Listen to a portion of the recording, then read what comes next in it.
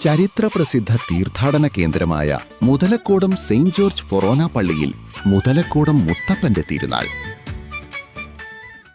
മറ്റത്തിൽ മുത്തിയെ കാത്ത് വലിയൊരു സങ്കടം വരാനിരിപ്പുണ്ടായിരുന്നു. തന്റെ തണലായിരുന്ന ഭർത്താവ് അകാലത്തിൽ മരിച്ചതോടെ ആ പൃഥ്വി തീർത്തും ഏകാഗിയായി. തമിഴ്നാട്ടിലേക്ക് തടികൾ കയറ്റി അയച്ചിരുന്ന 40 ആനകൾ ഉണ്ടായിരുന്ന വലിയൊരു വ്യാപാര സാമ്രാജ്യം അവർക്ക് ഒറ്റയ്ക്ക് നോക്കി നടത്തേണ്ടി വന്നു. ഇതിനിടയിലാണ് കുന്നിലേടത്തെ ഇടപ്രഭുവിൽ നിന്നും അവർക്ക് ഭീഷണി ഉയരുന്നത്. പള്ളിയുടെ വടക്ക് കിഴക്ക് ഭാഗത്തുണ്ടായിരുന്ന ആ പ്രഭുവിന്റെ ഭാര്യയാകാൻ മുത്തിക്ക് ഒട്ടും സമ്മതമായിരുന്നില്ല. ആളയച്ചും സന്ദേശം കൈമാറിയും ഭീഷണി കടുത്തപ്പോൾ ഒടുവിൽ തന്റെ മാനം കാക്കാൻ അവർക്ക് ആ നാട് വിടേണ്ടി വന്നു. തന്നെ പിടികൂടാൻ വരുന്ന ഭടന്മാർ നാണയം പെറുക്കി സമയം കളയാനായി പള്ളിമുറ്റം മുതൽ സ്വർണ്ണ നാണയങ്ങൾ വിതറിക്കൊണ്ടാണ് ആ രാത്രി ദാസിമാരോടൊപ്പം അവർ യാത്രയായത്. എന്നാൽ അന്ന് പടിയിറങ്ങും മുമ്പ് താൻ പടുത്തുയർത്തിയ പള്ളിയുടെ ഭാവിക്കായി മുത്തി ഒരു കാര്യം ചെയ്തിരുന്നു. പള്ളിക്ക് ഇല്ലിവാതിലും കൊള്ളി വിളക്കുമാകുന്ന കൊടിയ ദാരിദ്ര്യത്തിന്റെ കാലം വരുമ്പോൾ ഉപയോഗിക്കാൻ വേണ്ടി അവർ കുരിശിൻ ചുവട്ടിൽ ഒരു വാർപ്പിൽ സ്വർണ്ണ നാണയങ്ങൾ കുഴിച്ചിട്ടിരുന്നു.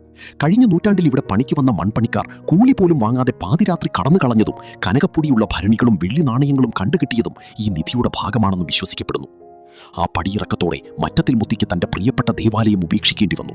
അവർ പോയതിനു ശേഷം തുടർച്ചയായ 45 വർഷക്കാലം മുതലക്കോടം പള്ളി അനാഥമായി കിടന്നു.